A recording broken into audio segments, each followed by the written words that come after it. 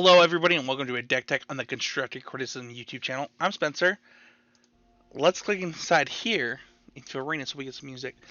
So, it's been a while. Was really busy at work as I was working on a couple of things, and then I got laid off, and now I just have some free time, and I wanted to kind of get back into doing my weekly Deck Techs, and I couldn't think of a better deck to do a weekly Deck Tech on than a Temur deck.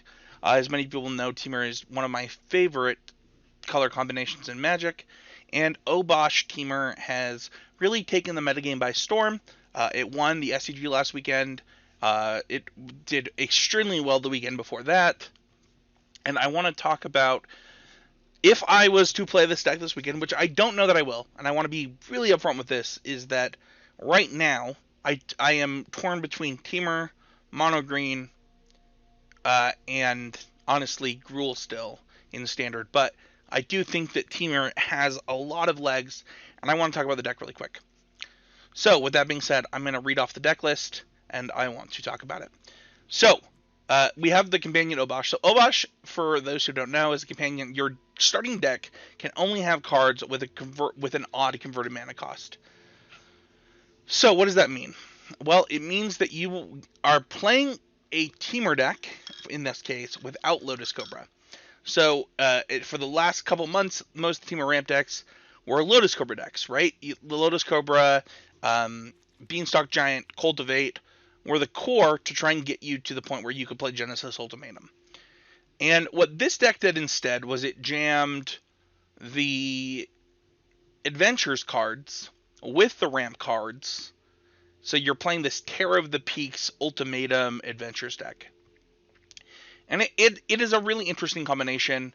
I played this in 2 SCG satellites, going 3-1 into 3-3 last week, and then 2-1 into 2-3 last week. It was some rough events, but really trying to get my legs under me as I was trying to understand Standard again in kind of a deeper way.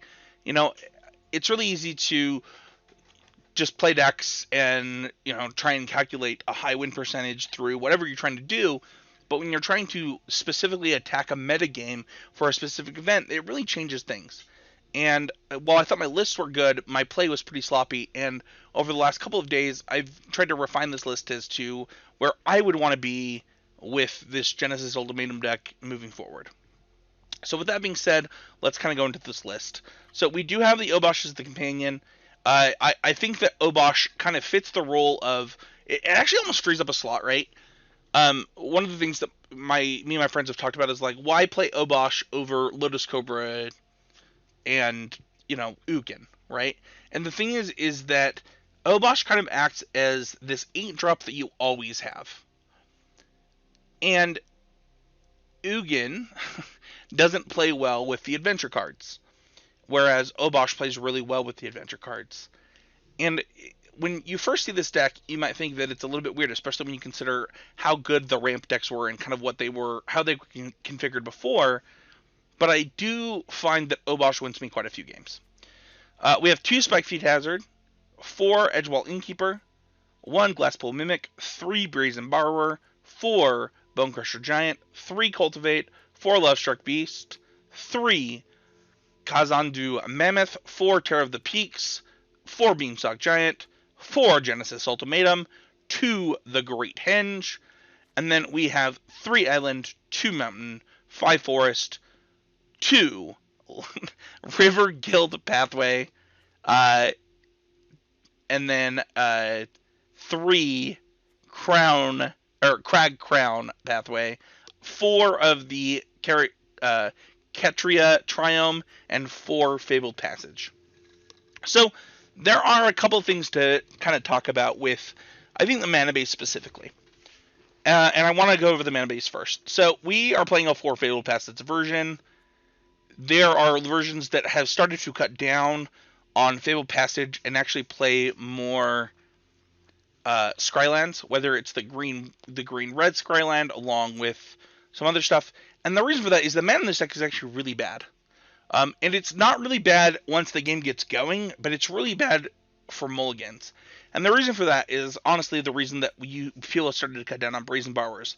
And that's just that it is really hard to get your mana to a place where you can cast a timely Brazen Borrower while casting your other spells while also trying to get Genesis Ultimatum online.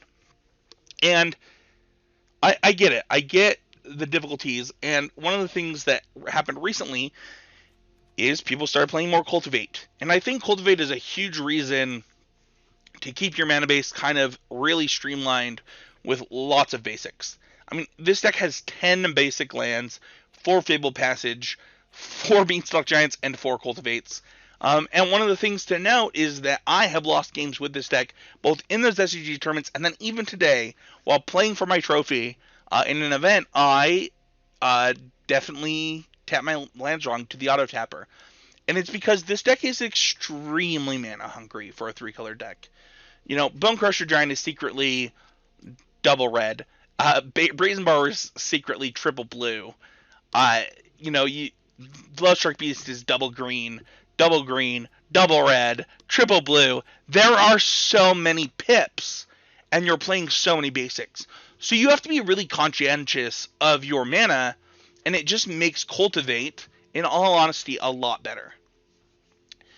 I was in the events playing not Spikey Hazard. One of the innovations that I had made was actually playing 2 Perforos's Intervention down to 1 Perforos's Intervention into 1 Spikey Hazard and now into 2 Spikey Hazard. The thing is that I think that this deck really cares a lot about having good Genesis Ultimatums and also having things to do with its mana. Spikey Hazard has been pretty good. It takes out Edgewell Innkeeper.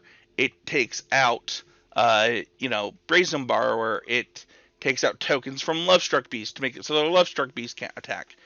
It does a lot. To the point where I was happy playing this over Perforos's Intervention. Perforos's Intervention was something that if you're looking for something, like if you're expecting the metagame to be bigger, right?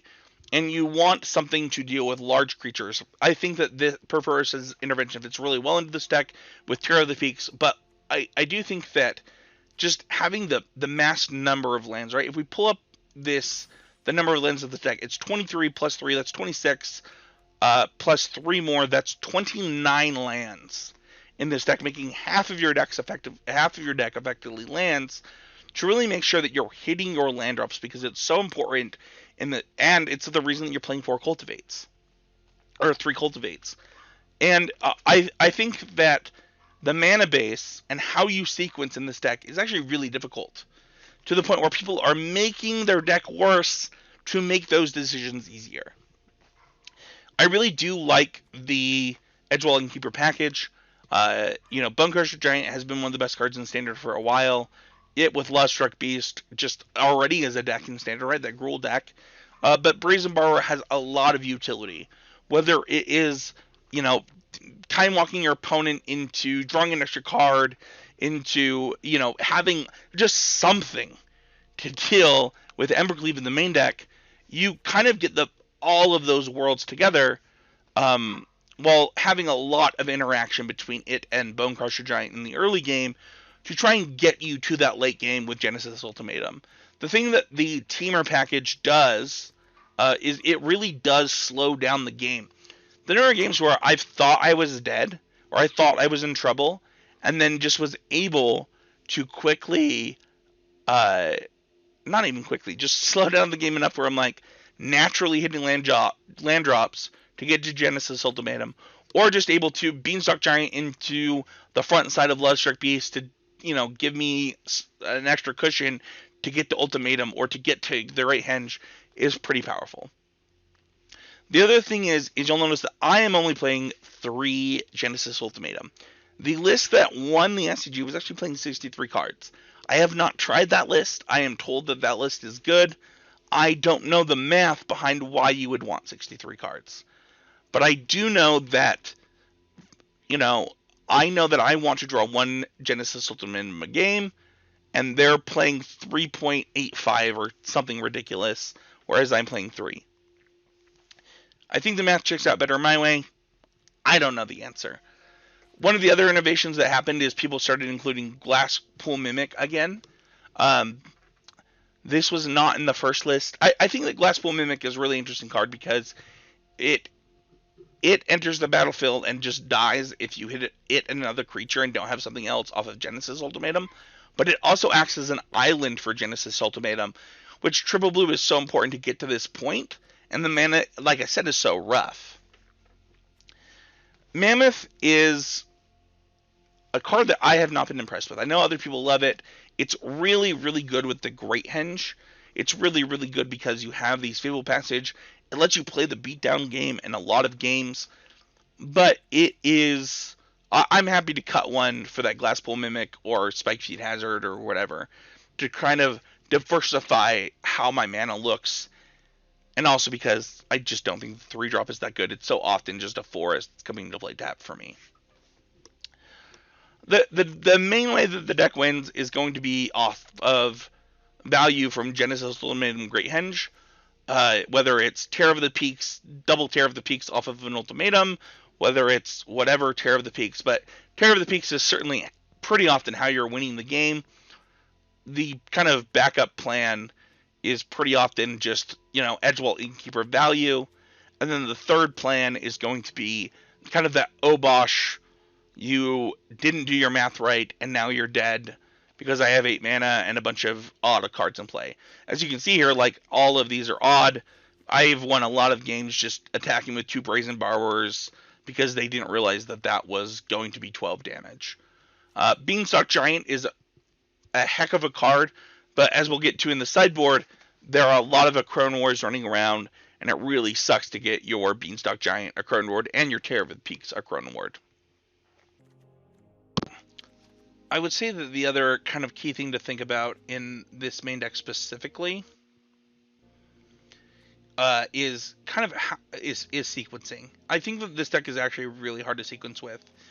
One of the things that if you haven't played a ton of adventure decks, understanding how to play your Edgewall Innkeepers to protect them, to get value off of them, can be pretty important. And it's honestly something that I'm still pretty bad at. Because you want to maximize your mana, but the value of Edgewall Innkeeper kind of overrides that in a lot of ways. And it's really interesting to think about how can I get the most out of this without exposing it, if that makes a lot of sense.